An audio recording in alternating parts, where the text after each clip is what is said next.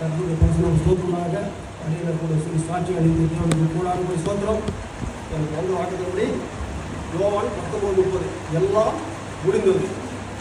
ஆண்டவராகிய இயேசு கிறிஸ்து கல்வாரி சிலுவையில் நம்முடைய அக்கிரமங்களுக்காக, நம்முடைய பாவங்களுக்காக, நம்முடைய விடுதலுக்காக அவருடைய ரத்தத்தை சிந்தி நம்ம வீட்டுக்கு போனார். அல்லேலூயா. 1 சொல்லுது, சிலுவையின் உபதேசம் கெட்டு போறவர்களுக்கு பைத்தியமா தோடுகிறது சொல்லுது. ரட்சிக்கப்படுகிற நமக்கோ அது தேவ பலனா இருக்குன்னு சொல்லுது. அல்லேலூயா. சிலுவை நம்மளை பார்க்கக்கூட எல்லாருமே ஒரு பைத்தியக்காரன் தான் நினைப்பாங்க. சில பேர் என்ன கூட வேலை பண்ணா அப்படிதான் நினைப்பேன். ஒரு வித்தியாசமா நினைப்பாங்க, இதை ஏதோ சொல்லுவாங்க. நான் அதுக்காக நான் வருத்தப்பட மாட்டேன். நான் டீ குடிக்கும் கூட தனியாக உட்காந்து குடிப்பேன். ஊரில் போனால் கூட எனக்கு ஒரு வித்தியாசமாக நான் பார்க்க மிஸ் பண்ணுவாங்க. அவன் தான் மறுபடியும் எல்லாம் பிரிஞ்சு விடுவாங்க.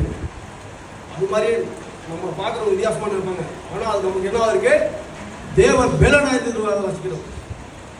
வெளிப்படுத்துகிற விஷயம் 1:18 அதை சொல்லுகிறது. என்ன சொல்லுகிறது? இதோ மரித்தேன், இதோ ஆனாலும் சதா காலம் உயிரோடு இருக்கிறார். ஆண்டவர் மரித்து அப்படியே போல அவர் என்ன பண்ணுறாரு, சதா காலம் நம்மளோடு இருக்கிறார்.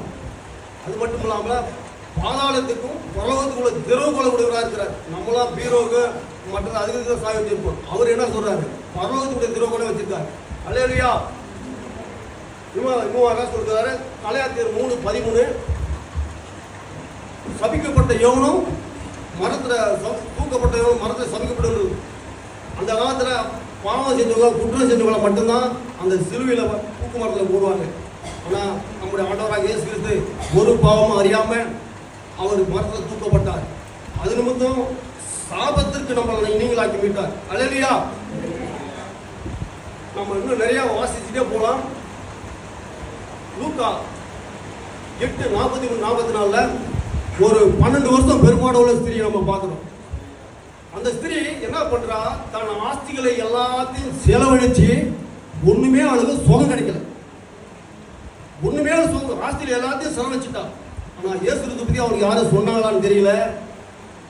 என்ன மறுபடியும் ஆனாலும் இயேசு கிறிஸ்து அவளை அறிஞ்சு அவளை தொட்டது நிமித்தம் அவளை விடுதலை அடைஞ்சான். நீங்க வேறு வாசி பார்த்தீங்கன்னா தெரியும். அந்த ஸ்தூல ஸ்திரீங்கிறவங்க எப்படி இருக்கணும்.